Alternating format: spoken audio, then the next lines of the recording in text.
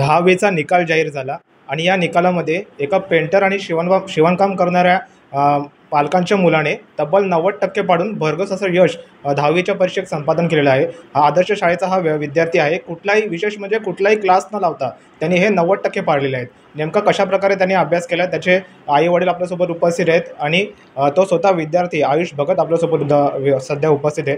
बेलोली परिसरात राहणारा हा विद्यार्थी आहे. कशाप्रकारे त्यांनी हा अभ्यास केला आपण त्याच्याकडून जाणून घेणार आहोत. सर्वात पहिले खूप खूप अभिनंदन. कशाप्रकारे अभ्यास केला?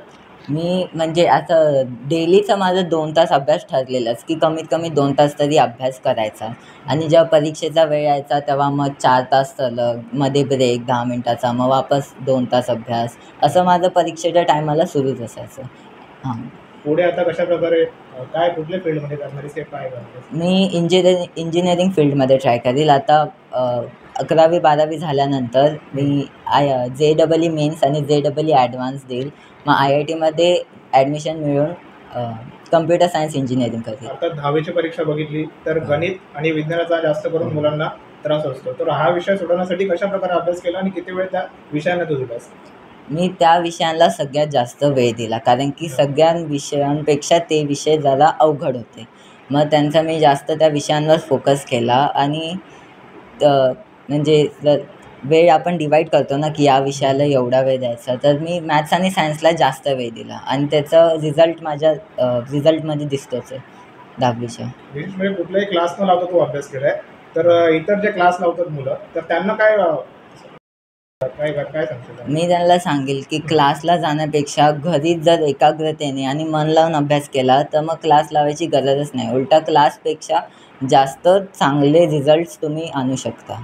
एकंदरीत क्लास न लावता एकाग्रचित्तेने जर घरी अभ्यास केला तर आपण चांगलं यश संपादन करू शकतो. याचं एक उत्तम उदाहरण आयुषने सर्व विद्यार्थ्यांसमोर दिलेलं आहे. या ठिकाणी काय आहे त्याच्या आपल्यासोबत शिवणकाम करणारे आई आहे, तर तिची देखील प्रतिक्रिया आपण घेणार आहोत. काय सांगाल, कसं वाटतं तुम्हाला? कसं वाटतं? 10वीचा रिझल्ट लागला, मला खूप आनंद झाला आणि सर्वात पहिले त्याच्या पप्पांना पण खूप आनंद झालेला आहे. त्यांनी पहिल्यांदा जेव्हा सांगितलं मम्मी मला 90% पडले, तर तुमची काय भावना होती तेव्हा म्हणजे असं व्यक्त करायला शब्दच नव्हते.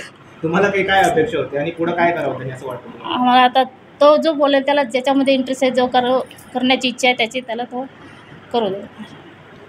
तू मागाशी म्हटलास की आईवडिलांचं कुठलाही बर्डन तुला अभ्यास करताना नव्हतं, तर इतर जे आईवडील असतात ते मुलांना भाग पाडतात की एवढाच अभ्यास कर तेवढाच अभ्यास कर, असा प्रेशर एक प्रकारे मुलांवर टाकतात, तर तशा आईवडिलांना काय संदेश?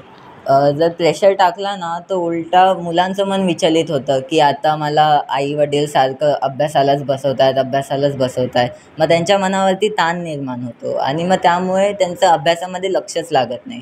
मग त्यापेक्षा म्हणजे कोणतंही बर्डन नसताना जर मोकळ्या मनाने असा अभ्यास केला ना की एकाग्र पण राहतं मन आणि चांगले पर्सेंट पण पडतात.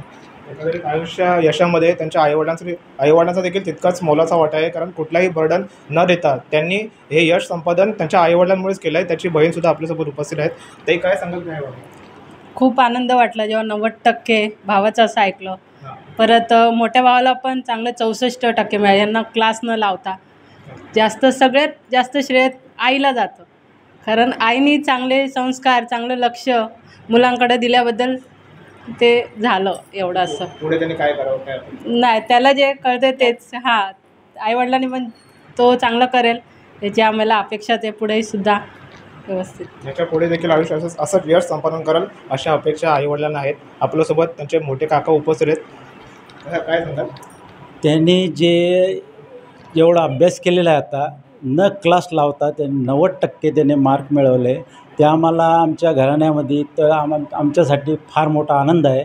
असा आनंद झाला की म्हणजे न क्लास लावता एवढे असे टक्के त्यांनी अभ्यास करून केले. पण आमचं त्यांना त्याच्यावर प्रेशरच नव्हता की बाबा अभ्यास कर की करू की नको.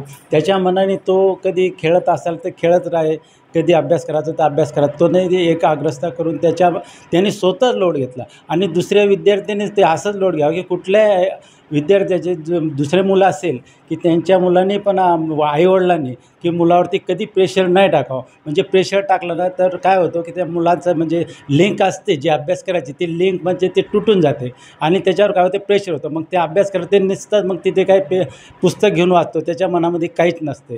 तसं आमच्या मुलांना म्हणजे तसं आम्ही काहीच नाही केलं. त्याच्या मनानेच तो अभ्यास करत होता आणि मग अभ्यास करताना त्याला 90% जे मिळाले त्यांच्या आईचा बी वाटा आहे, त्याच्या वडिलाचा आहे आणि शाळेच्या शिक्षकांचासुद्धा त्यांचा वाटा आहे. म्हणजे शिक्षकांना बी त्यांनी जे शिकवलेलं आहे तेच घेतलेलं आहे ज्ञान आणि शिक्षकाला बी आनंद वाटला की बाबा माझ्या शाळेत एवढा शिकला आणि त्यांनी माझं शिकवलेलं आहे ते त्यांना वाटलं की आम्हाला बी काहीतरी त्याच्याबद्दल यश मिळालं. त्यांना पण आनंद झाला ना आम्हाला सगळ्या घराण्यामध्ये तो म्हणजे आल्याबद्दल खूप खूप आनंद झाला. आणि तसेच आपल्या बदलापूरचे न्यूज आपले पत्रकार सुरक्षा संघटनेचे महाराष्ट्र प्रदेश अध्यक्ष प्रदीप रोकडे साहेब यांचंसुद्धा मी अभिनंदन करतो की आपल्या बदलापूरमध्ये आपले सगळे चॅनलला आपण इथून गोरगरीब जनतेला ही न्यूज आपण पोचवतो. त्यांचं बी अभिनंदन आहे आणि आमच्या आयुष्याचं पण आहे अभिनंदन आहे. अर्थात पुन्हा एकदा आपण आयुष्य संवाद साधणार आहोत. काय सांगणार याच्या पुढे काय करणार आहेस आता आणि शिक्षकांची काय प्रतिक्रिया होती तुझ्या? तर काय झालेलं की माझा रिझल्ट लागत नव्हता, वेबसाईट ओपन होत नव्हती. मी एकदम पॅनिक झालो होतो तेव्हा की आता रिझल्ट नाही लागत आहे. पण तेव्हा मी माझ्या ज्या क्लास टीचर होत्या मी त्यांना पाठवलं की टीचर माझा रिझल्ट वगैरे नाही लागत आहे. मी त्यांना माझे डिटेल्स वगैरे पाठवले, त्यांनी चेक केले तेव्हा पण लागत नव्हता. पण जेव्हा लागला रिझल्ट मी त्यांना पाठवला तर त्यांना भरपूर आनंद झाला आणि त्यांनी मला शुभेच्छा पण दिल्या त्याबद्दल. अर्थात एक उत्तम उदाहरण आयुषने इतर विद्यार्थ्यांसमोर ठेवलेलं आहे की कुठलाही क्लास न लावता देखील आपण चांगल्या मार्काने 10वीसारख्या परीक्षेत पास होऊ शकतो. जर इतरही काही विद्यार्थी आहेत त्यांनी आपल्या परीक्षेमध्ये यश संपादन केलेलं आहे तशा प्रकारच्या मुलांची देखील आपण कशाप्रकारे त्यांनी अभ्यास केला हे आपल्यापर्यंत मुलाखतींच्या माध्यमातून पोहोचवत राहू. Cameraman Sahil वळसह Rutikesh Rokade, लोकपालक news, Badlapur.